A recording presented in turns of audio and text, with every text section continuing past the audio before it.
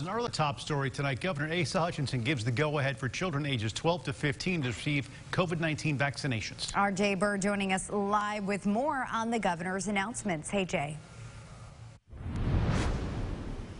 Yeah, as you guys mentioned, two fairly big announcements when it does come to COVID and everything surrounding that. The governor announcing today that the state is getting a whole lot of money from the federal government, and as you mentioned, the FDA has now approved for emergency usage the Pfizer vaccine for those 12 to 15 years old.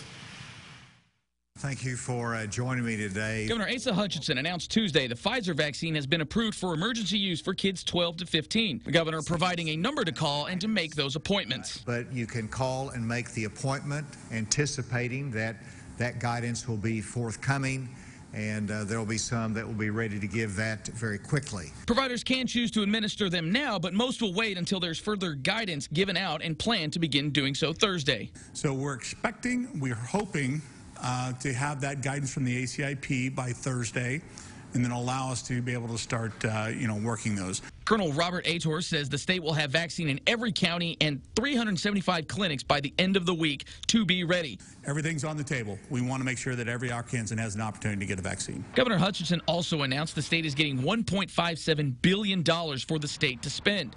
Cities, counties, and colleges and universities will also receive separate funding for a total of approximately $5 billion. The plan gives states the freedom to spend that money with some guidelines. To me, the priority should be capital investments like broadband.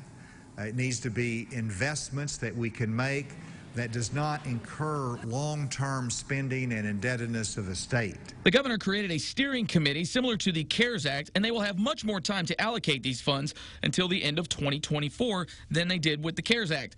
Secretary of Finance and Administration Larry Walter will chair the committee and says having the extra time will allow them to be more discretionary and methodical in spending. So we have time to study it, to do it right. And I'll assure you that that will be my objective, is to make sure that we do it right and it benefits the state of Arkansas and the citizens of Arkansas. Now, the governor is saying he will also meet with the Biden administration in the near future to discuss a few things, one of them being that the tax cuts were not actually supposed to be funded by the American Rescue Plan, but the governor maintains that the tax cut proposal, the income tax proposal that he is wanting to try to push at the end of September when the General Assembly comes back, is not necessarily attached to the American Rescue Plan, and he wants to do so, make sure they clear the air with the federal government so that there's not any risk of potentially losing any funding. We'll definitely keep you updated on that situation. But for now, live from the state capitol, Jay Bird, KARK 4 News.